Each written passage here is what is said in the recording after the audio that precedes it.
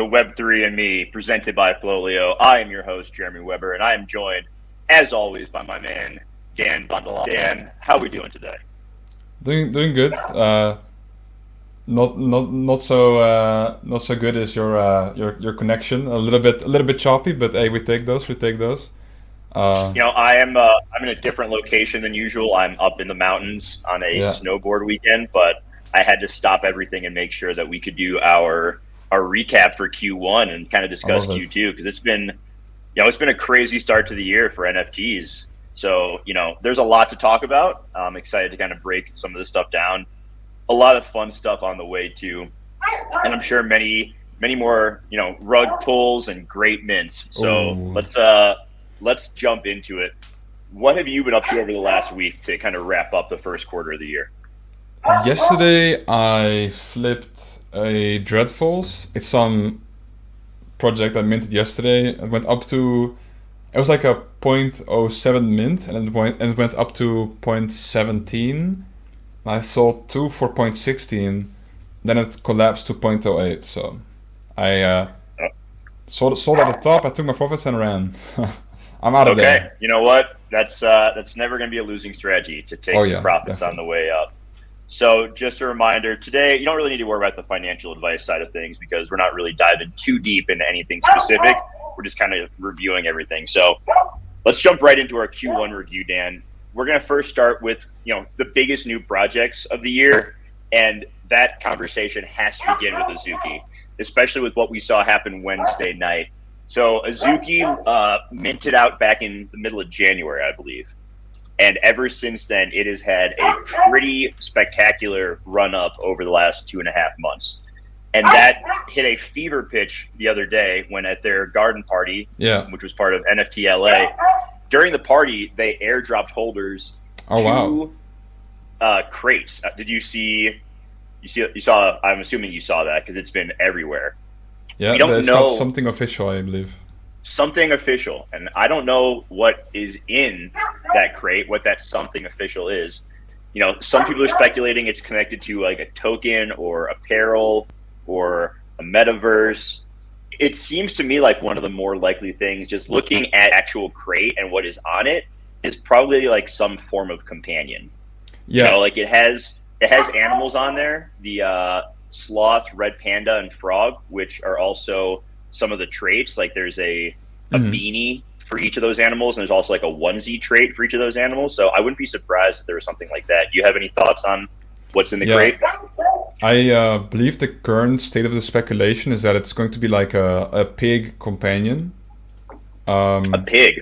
yeah, because Okay. on their banner on OpenSea, it's like a Wordle thing where it's like green, yellow, gray, yellow. Um, I think I think the word's supposed to be like bacon or something.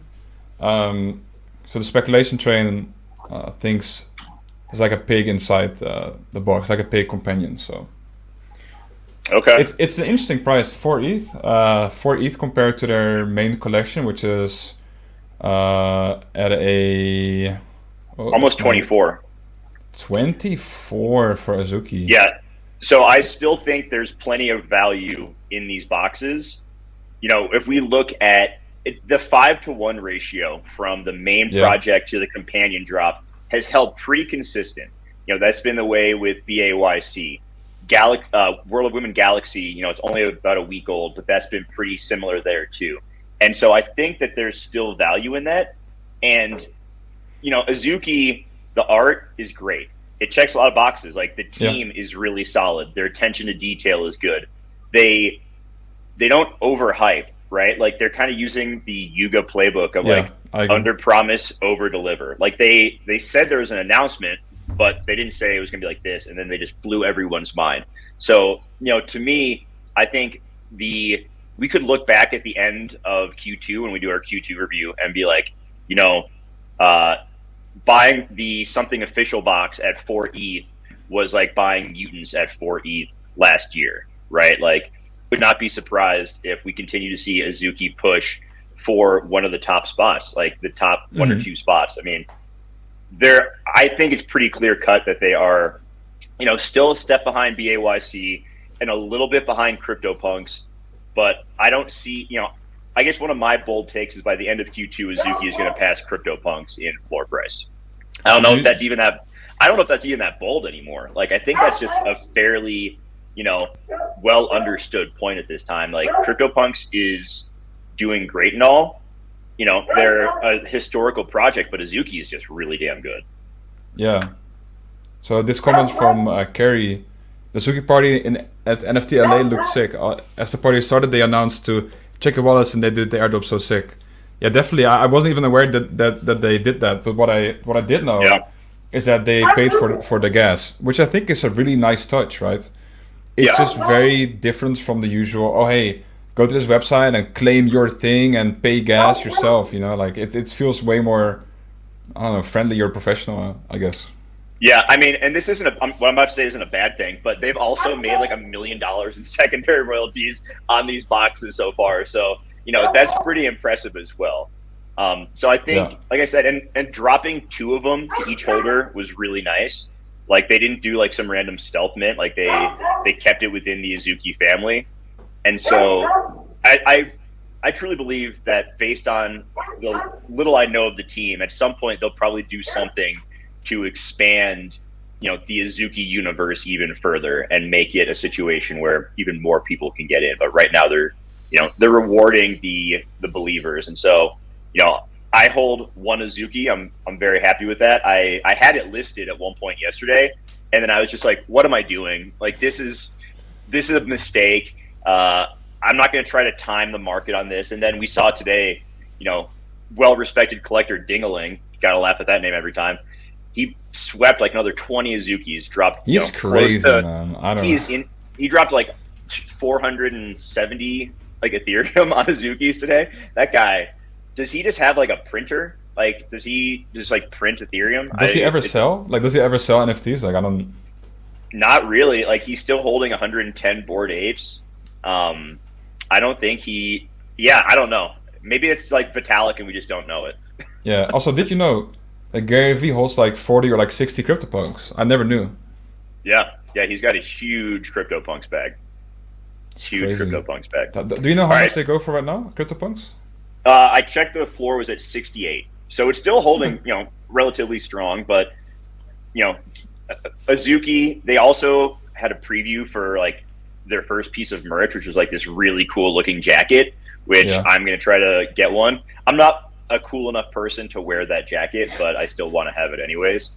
So that looks really cool. And, so far they've put out, a lot of great information, a lot of great pieces to kind of like put us in the direction of, this could be a big project.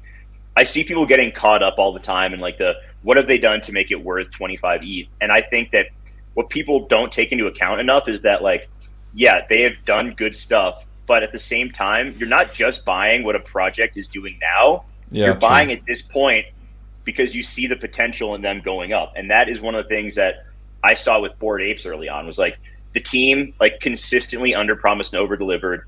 There was attention to detail that was really good. They always did the right thing. Like even, say what you want about the Bored Ape merch drop last week. When there were issues with it, they fixed them. They were fast, right? They were fast. They acted fast. The fixes they put in were correct. And I think that's a really positive sign for any project. And I'm seeing the same thing with Azuki, which is why I'm still believing in it long term. So we don't need to turn this into an hour of talking about Azuki. Let's move on. A few other big projects in Q1, Dan. Talk to us about Llamaverse. I know that that's something that you've been pretty bullish on. Yeah, so Llamaverse, they launched on the February 28th, so a little bit over a month ago, like a month and a day or so. And it's interesting because they launched, and initially the floor went up to like 1 ETH or something, or like 0.8 or something. And their creator, I think it's like NFT Llama on Twitter. He's been fairly active for a really long time. Always like building like bridges to other communities, like talking to other projects, like building, like as you call it, right? It's become more of a buzzword these days. But yeah, have you seen the video where some guy was like, it was like a parody video where he went to like a meetup and was like, "Oh yeah, guys, we're over here building," Have you ever seen the video? I have not, but always be building, Dan. If you're not building, then what are you doing? Exactly. Yeah, it's a really good video. If I knew the name, I would have give it a quick shout out here, but alas. But yeah, Llamaverse. Riveting stuff. That's why people come back, is to watch us describe YouTube videos. Yeah, exactly videos. right, exactly. But yeah, some more information. Llamaverse is that they are opening their marketplace soon, and if you stake their token, you can basically buy whitelist spots for other projects. And their staking is going insane. I think they have like 90% staked.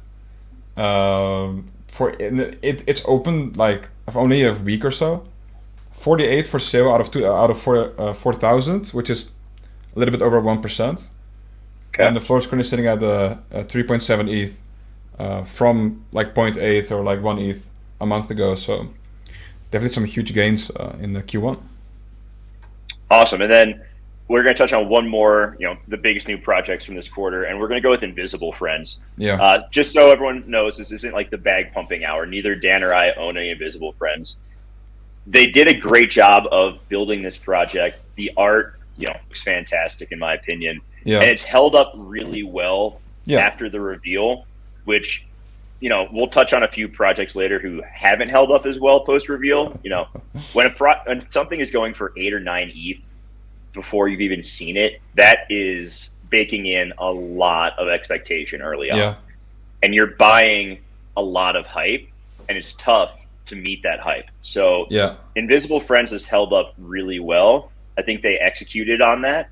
They already announced a partnership with the streetwear brand Kith, which is really big in my opinion. And that's one area where I think a lot of these other super hyped projects missed out. Was if you're going to hype something up like that and you're going to have a huge market pre-reveal, you got to announce something pretty quick to make people continue to believe in that. Otherwise, sentiment could get really negative, and you could be in for a big crash, which we've seen from quite a few other ones. So Invisible Friends, big new project from Q1. Next up, we're going to get into our winners from the quarter. So obviously the 3 we just discussed are winners from the quarter. We don't need to repeat that. So let's dive into it. And we'll start with Yuga Labs. There's been mainly good. The merch, like I said, was not great, but whatever. But, between acquiring CryptoPunks and MeBits, with the launch of ApeCoin, the preview for the other side metaverse they're building, they had a great mobile competition. That game was a lot of fun. I played that. Yuga did a lot to set themselves up for the rest of the year, and now it's just a matter of executing on that. So, Dan, as someone who doesn't own any apes or mutants, like, what was your, would you agree that Yuga had a good first quarter, or, what holes can you poke in that too? Well, I don't think there's any holes to be poked in this. I think they knocked it out of the park, and like I said in the last episode, I think, or maybe 2 episodes ago, the ape token really revitalized the market. It was at such a low point, barely any volume, and then the ape coin dropped. Volume was up across the board. Everything started pumping. People were happy again. People were so depressed in these Discord servers. I swear to God, everyone was like, no, volume is so low. And then it's crazy. I played their mobile game as well, and it's funny because I've played similar games to that, and God, I hated it, man. Did you? I hated it. Yeah, it wasn't clunky, but I don't. Oh yeah, I think it was there's this mechanic where you had swipe, I think, to roll or something, or dodge, I think. To sprint. Okay, yeah, I think that was it. So I think the way I was touching it kept sprinting automatically or something, and I was like, God damn it, man, it's not. I want to do this thing or something. I don't know. It didn't really work well for me, but I saw people play a lot. So did you get any awards or any prizes? Yeah, I finished in the top 1,000, so I'm going to get a prize. They still haven't shipped them out yet, just because, and they said early on it was going to be a while. So that game was fun and all. I think we're looking at an interesting dynamic with the ApeCoin DAO. The initial proposal for staking was voted down, which was a big surprise. Initially, everyone was all for it, but there was a lot of verbiage in the original proposal that people weren't super comfortable with.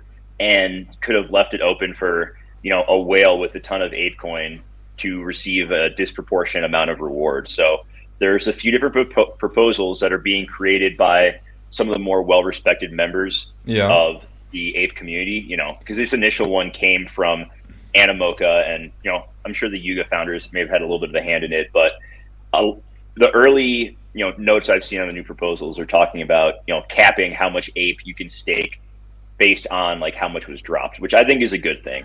So that's going to be interesting to see how that plays out. And if this can be the first, NFT project DAO that is truly successful in being decentralized and pushing the project forward. So let's move on, and we'll go into NFT worlds. That was a really big one. A free mint that is now going for 10.5 ETH, Dan. That's crazy. I remember seeing NFT worlds like half an ETH, 1 ETH, 3 ETH, and being like, I don't really get it. I'm not going to buy it. And then now I'm just like, okay, well, I regret that, but just had to learn from it and move forward. So have you had much involvement with NFT worlds? Nope, I have not. But I think it's, I wish I did, of course. But what I think is very cool, more important than their floor price, is that so many new projects are based on NFT worlds. Their sole existence revolves around NFT worlds, and I think that's really cool. I think it really pushes the scene forward. And the floor, it's really high. They've been horizontal for quite some time. But that token, I think, I'm unsure how it's doing, but I know it had a huge run up not too long ago. So yeah, I think it's good for the scene, providing more outlet for people. I still don't understand it, but to my knowledge, it's just Minecraft. But hey, maybe I'm missing something.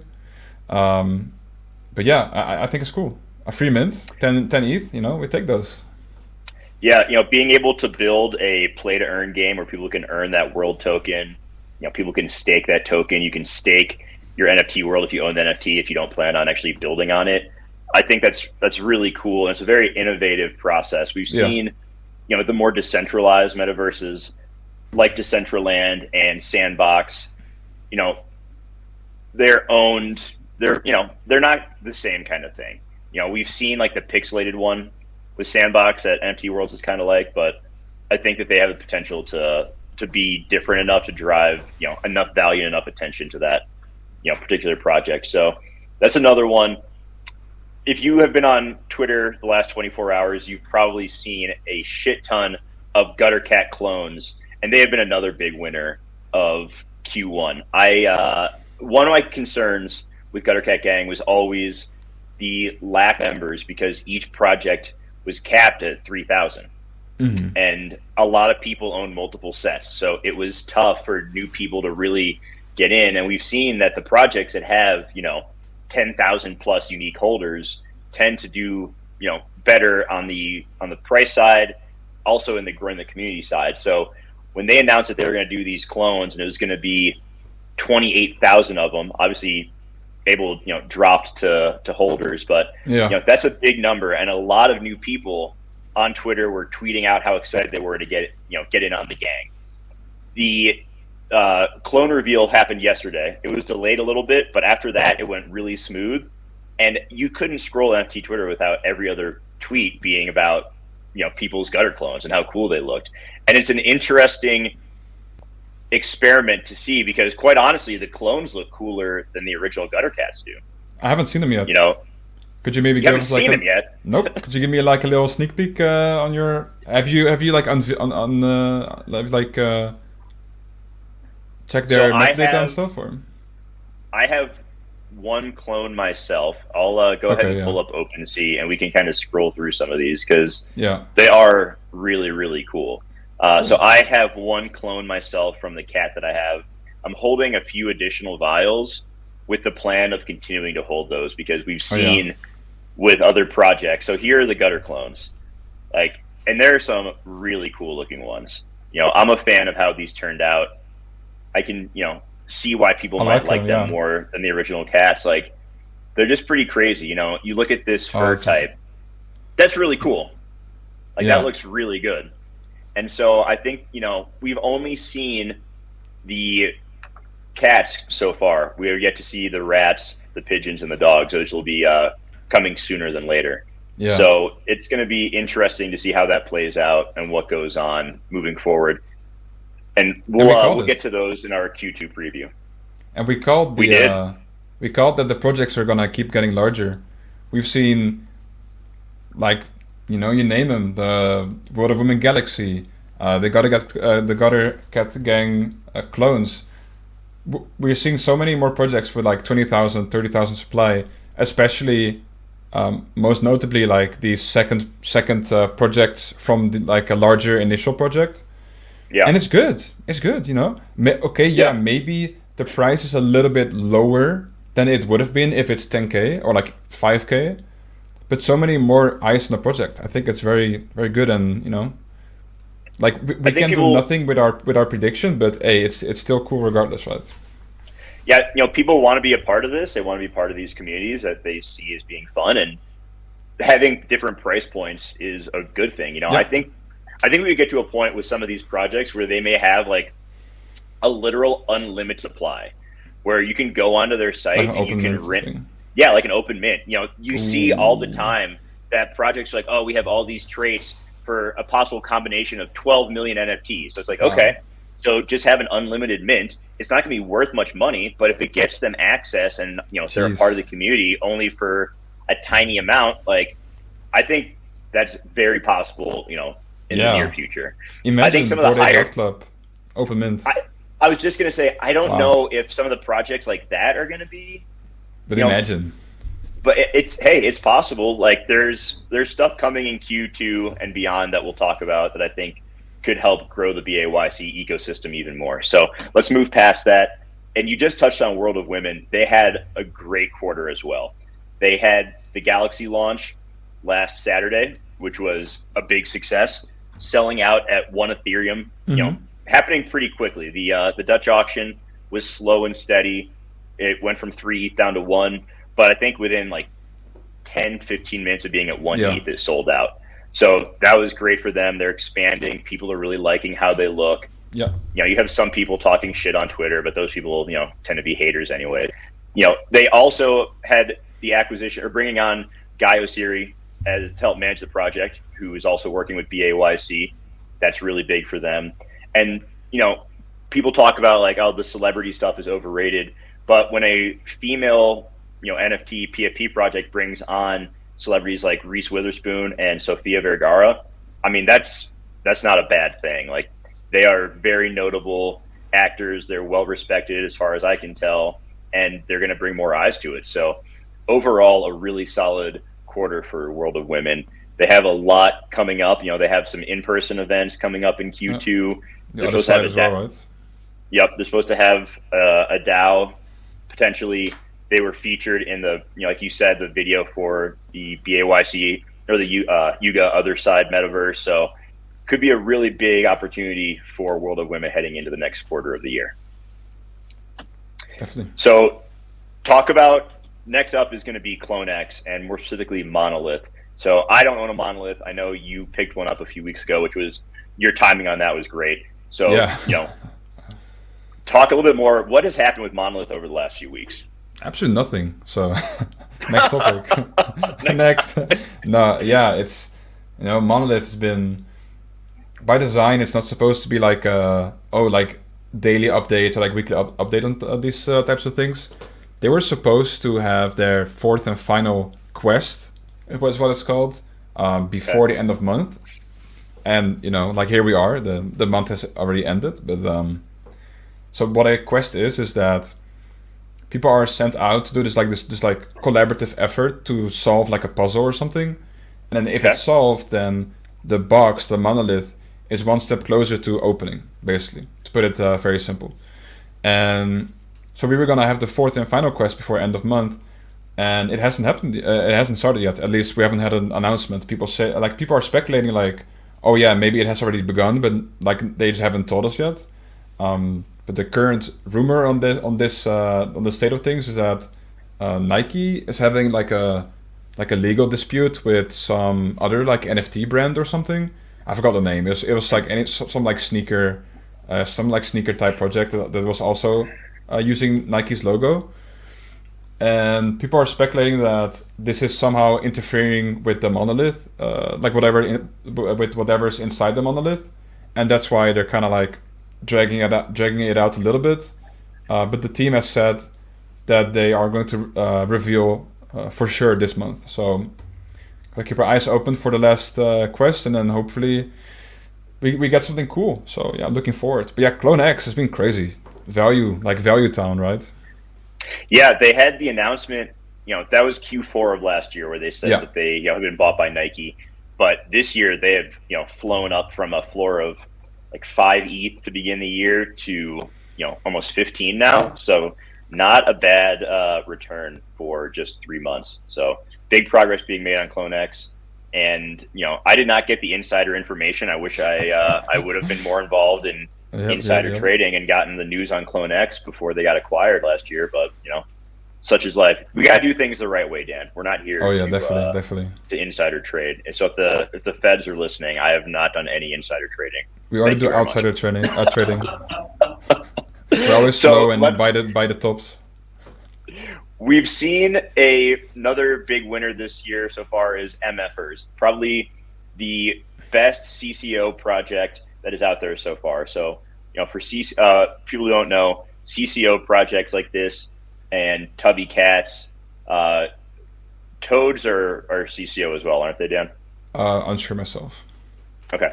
So projects like this, anyone can use them to do anything they want, basically. There's no intellectual property rights. You can go out and you can turn any MFer into whatever you want. They were started by Sartoshi, who is a very well-respected shit poster on Twitter. Pretty funny guy, guy or gal. No one knows who they are. But this project was launched last year, and since January, it's gone up 10x. The floor is currently around 2.6 ETH. So it's seen a lot of growth. There was a big run up. It came back down a bit, but it's been pretty consistent over the last month or so. And they have a really strong community and people who love the project and love how they look. And so we'll put them in the winner category for this quarter. Yeah, they had a huge influencer bump. They were pumped out of their ass. It was crazy. That's probably the best I can put it, honestly. But I'm happy for them, Like you said, the community has always been really strong. Their Twitter people have always been pretty witty. I assume maybe they take after their creator a little bit.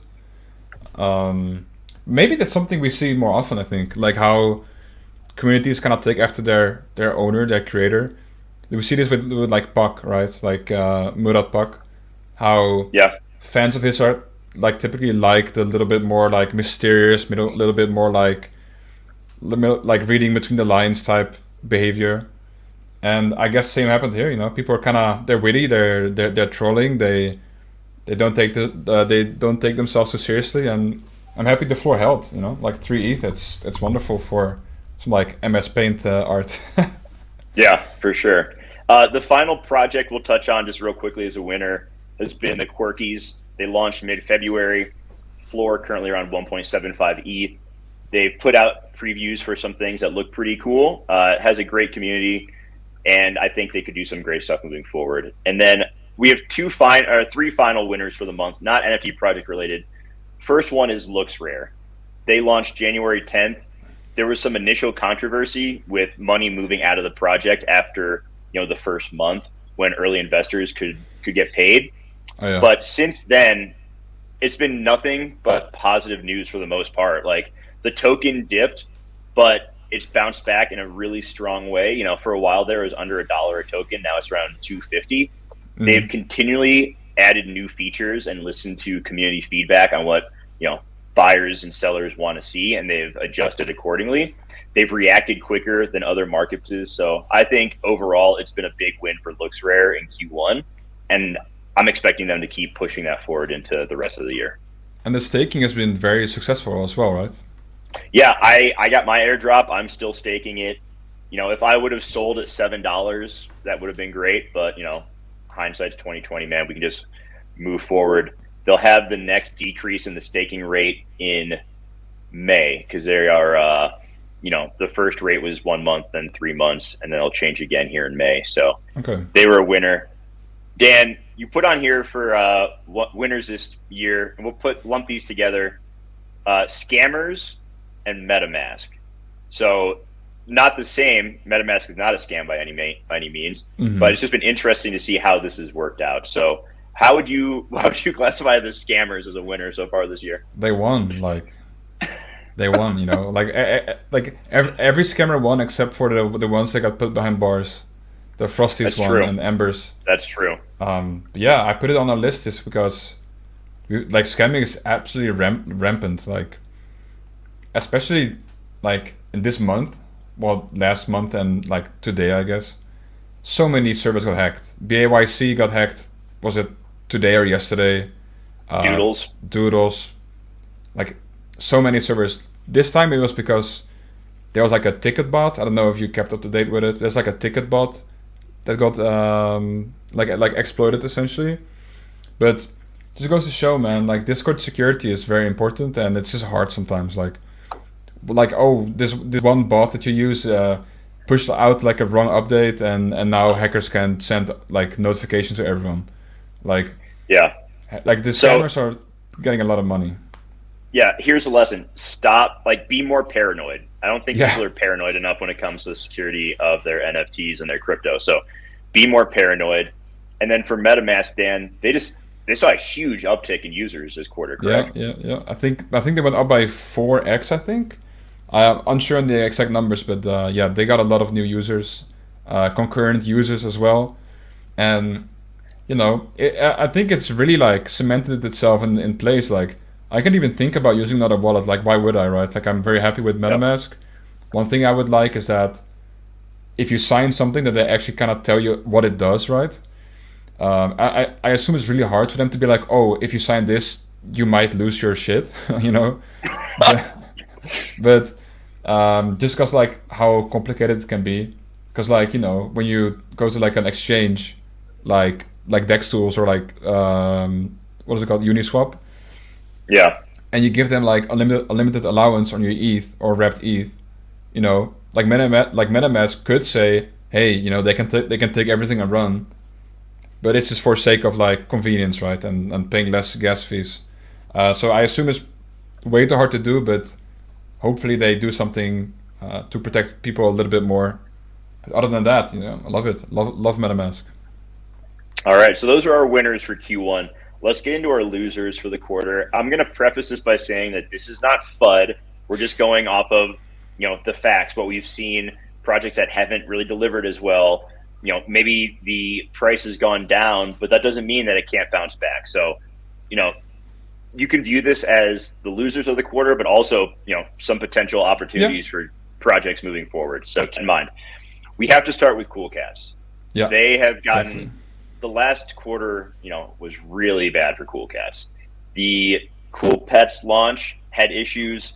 Cooltopia was barely viable for a day, and they had to take it down and return to beta testing. The prices of everything have dipped. Community sentiment has gone down. And I haven't seen a whole lot that's really instilled confidence in me. You know, I held 2 Cool Pet eggs at one point. I'm holding 1 now, and that 1 is listed for sale because I just, it's a lot of headaches, and I hope they can bounce back from it, but I'm not super confident. Yeah, I held 2 myself as well. I sold both at like 1.5 to finance like my monolith purchase. And like you said, yeah, it's been very, like, I wouldn't say sloppy, but they like, when did they even drop Cool Pets? Well, like 4 months ago. And it feels like it, but it was more recent than that. Was it? I'm unsure at this point, but yeah, it's been a long time, and you know, they're still beta testing. They said it's going well, but like, yeah, like, I'm glad it's going well, but also, shouldn't you be live like like an entire quarter ago? Cool Pets minted in February. It minted in February, so it's been not even a full 2 months since that happened. Yeah, well, but it feels faster than that. Yeah, it's been dragging. So moving on past that, and we'll go through some of the projects kind of quickly. We are going to touch on the fact that crypto Twitter is still down so bad. Yeah, you know, in Q1, like the the FUD from crypto Twitter talking about how NFTs are dead over and over again, and it's been a tough scene for a lot of the crypto Twitter influencers who have just been consistently wrong about NFTs. Especially the ApeCoin people, right?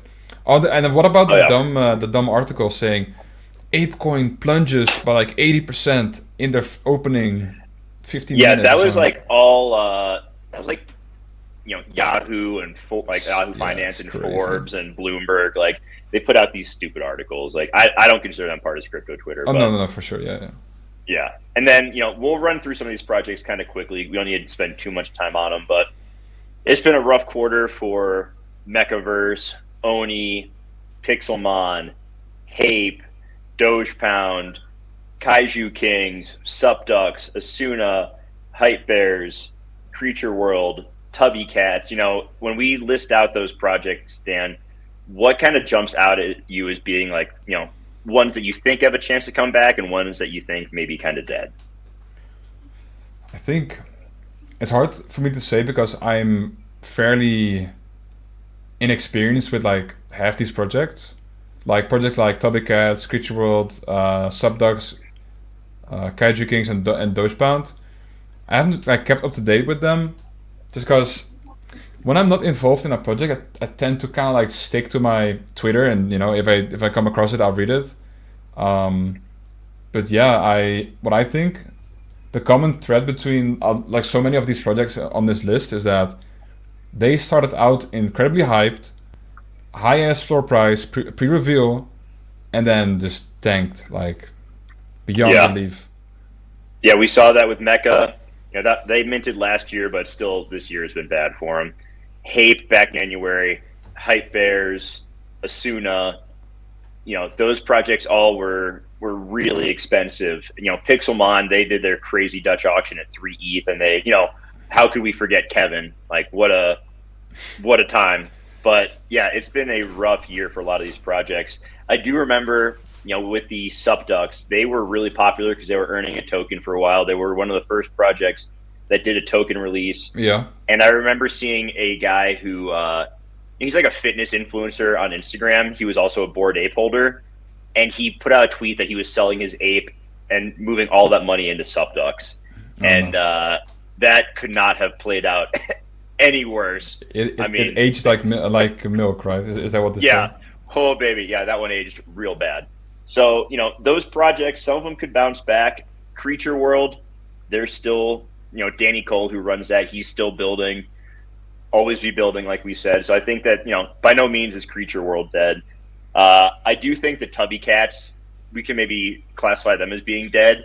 They were hyped up so much by the same crypto Twitter influencers who were saying that the NFT market was dead.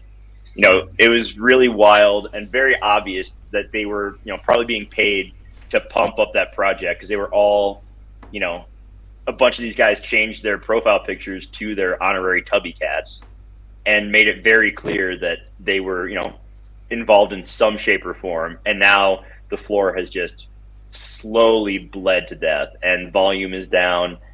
I think that's one project that we're probably not going to hear a lot of in the future.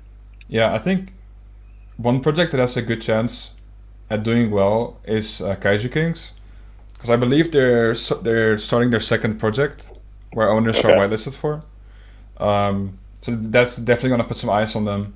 I think one of their main drives was alpha. I'm not sure if that's still correct, but yeah, I think that's like if I look at our list and kind of compare, I think they have a good shot, and Asuna as well.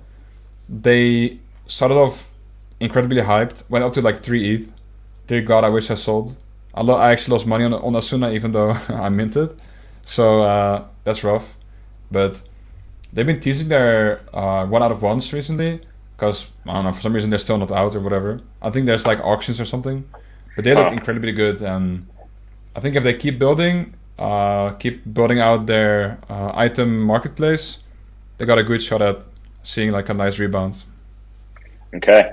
And then our final losers for Q1 are OpenSea and Coinbase NFT, which is still not even a marketplace. OpenSea LooksRare has slowly been pulling legitimate volume away from them. At first, Mhm. it was all the wash trading volume that was getting the attention, but you can find data showing that a lot more legitimate sales are taking place on LooksRare. And OpenSea, they announced that they're launching the ability to buy and sell Solana NFTs on their Yeah. marketplace, which they have a hard time keeping their marketplace open when it's just Ethereum and Polygon. So I'm Yeah. not really sure how they're going to support a whole other blockchain and keep everything running. So I'll believe it when I see it. Coinbase NFT was supposed to launch Q4 of last year. We're now in Yeah. Q2 of this year, and still no announcement on when it's going to actually launch. They've stopped tweeting out their launch partners, but they still are, they have these like dumb tweets like, "What's your favorite NFT project?" Yeah, like and the most. they're getting constantly ridiculed because there's just no new information. And for a publicly traded company as big as Coinbase, I'm not sure how it's taking them this long and why it's been such a problem for them to launch. So that has to be one of the biggest losers in the NFT space, for Q1 of 2022. At least like sentiment wise, right? Like people are just, I think they still like knock it out of the park, but like there's so many delays, and I think people just kind of grow tired of it because people really want it to happen, right? Yeah. And like you already know someone's like hired for Coinbase to post like those dumbass tweets, and and I feel bad for them, They're like, what do I Yeah. do, man? It's like, Can you guys give me something? like they probably like they go to Twitter and they're like, what's your favorite project? I got 10 ETH. What floor should I sweep? Like I feel bad for them, but Yeah. I hope So I hope it comes soon. if we just real quick, Dan, take a look at the winners and the losers from Q1. What makes what makes the winners win and the Yeah. losers lose so far this year? Like, is there? I think for me personally, the really hyped up ones that promise a ton and don't deliver on it cause it to lose. And I think it's that straightforward. Like Yeah. the winning projects haven't really overhyped things, but they've Yeah. consistently delivered. I think it really does boil down to that. Yeah, I think honestly that's about it, right? Like of course there's way more to it than just that, but I think at its very core, in essence, I think that's it. Like the winners, they build, they don't promise the world, they don't go like, so we're gonna make a movie, we're gonna make a game, we're gonna be president of the United States of America.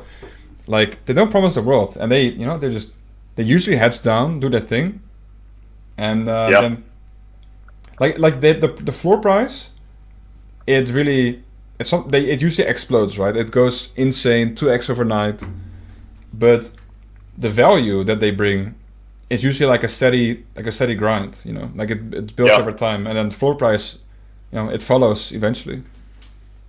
Yep. So you mentioned gaming. That's going to transition us into the back portion of the show, which is going to be our Q2 preview. So we'll run through this pretty quickly. Gaming is a big part of some of these projects' roadmaps for Q2. Wolf Game, Gutter Cat Gang, Yuga. Why don't you jump into Wolf Game real quick? Yeah. So what I said a few episodes earlier is that my portfolio largely exists out of Wolf Game, so keep that in mind when I say these things. Not trying to pump my own bags here, but the team said that the full game will launch before the end of Q2, and this is pretty big. Game's been like in development, sort of like since November, I believe. So it's a really long time, and if I open up some stats to check on some of these staking percentages, it's kind of crazy. Let me have a little look,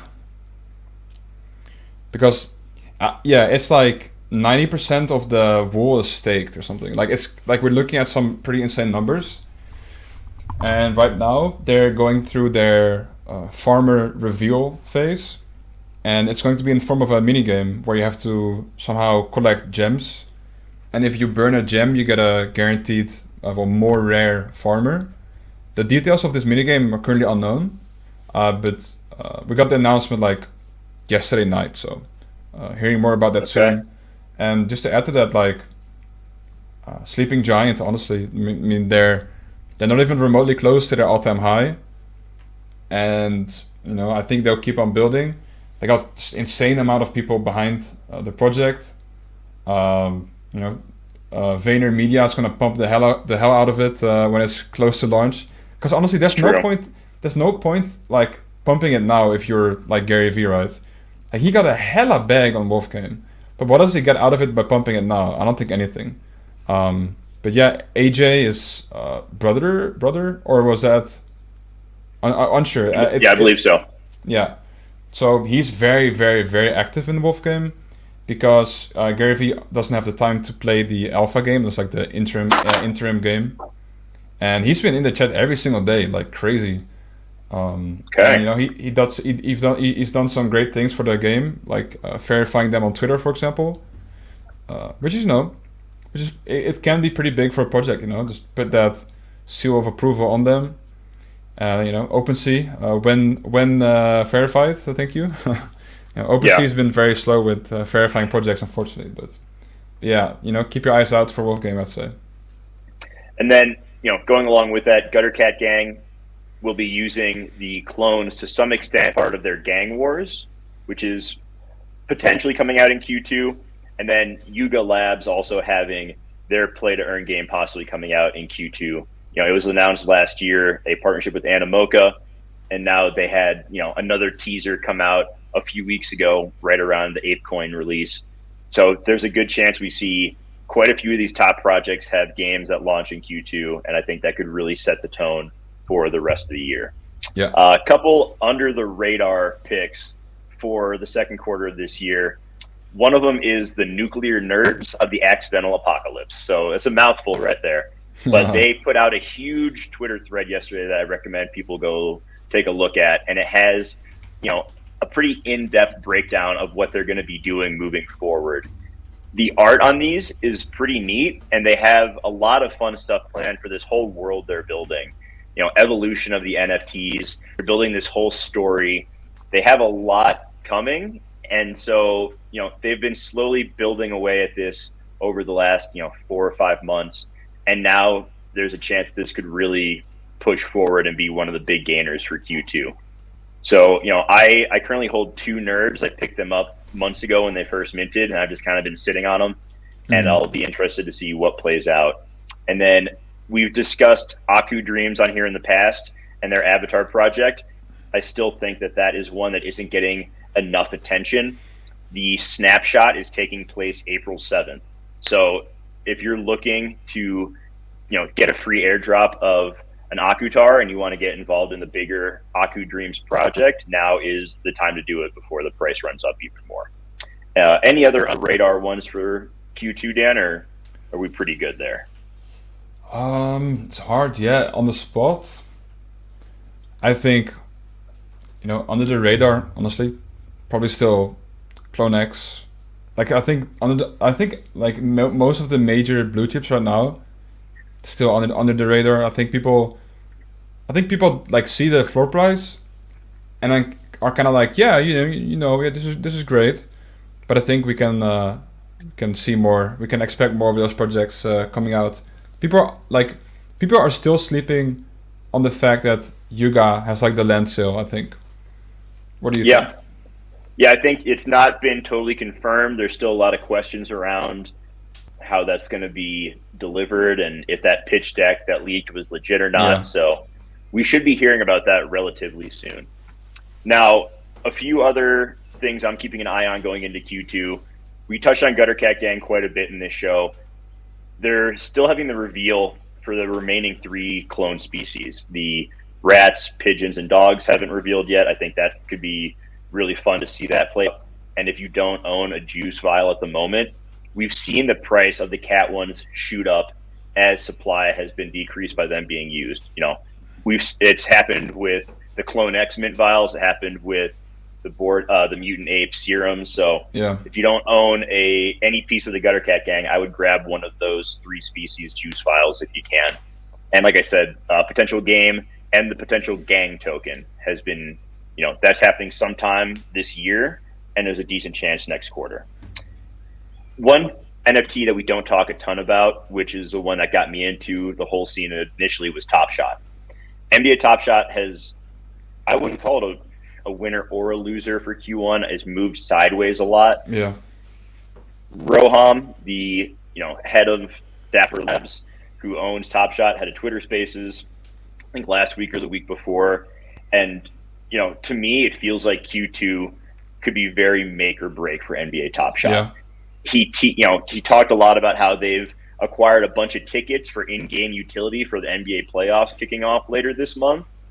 And if they can deliver on that, if they can show people that there is real world utility behind owning these moments, which a lot of people have been excited for since the beginning, that could go a long way into rebounding for NBA Top Shot and also pushing the other Dapper projects like NFL all day forward.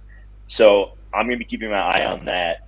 We discussed Yuga a little bit, potential land sale, possible play to earn game, and, whatever else they could come up with in Q2 of this year. So, those are kind of what I'm watching in the coming weeks and months. Dan, anything else for you that you want to talk about there? Nope. I'm the only thing I'm really keeping my eyes out on is Wolf Game right now. So and the Monolith, of course. Yeah. So I'm playing the long game here. No short-term things I'm looking out for right now.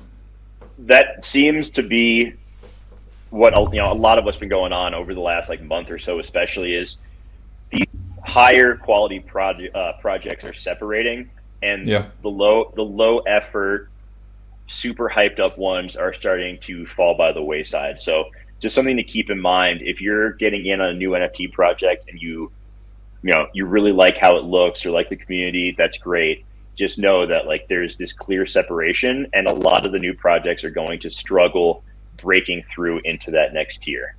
So, I think that wraps up our Q1 review, our Q2 preview.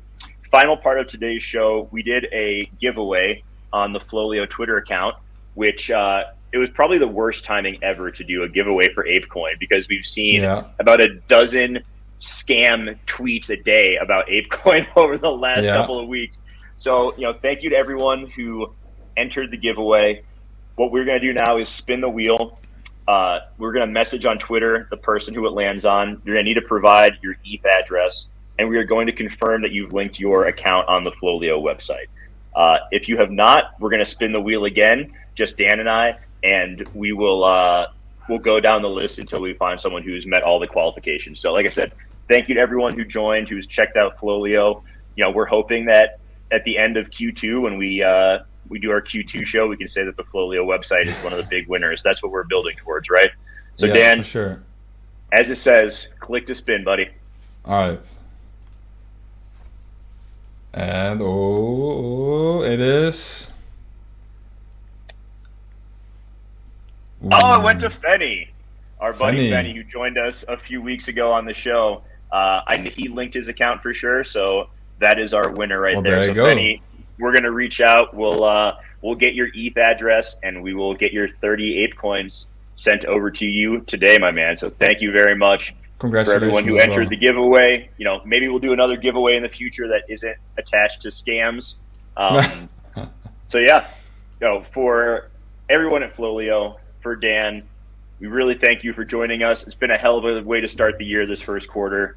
We're just getting started. More good stuff to come at FLOLiO.com. Head over to the site, check it out, link your account, see your holdings, see all the cool stuff we're building, because I think that the rest of this year is going to be big for all of us over there. So Definitely. Thank you, everybody, for coming and watching Web3 and Me. We will see you next time. Bye-bye.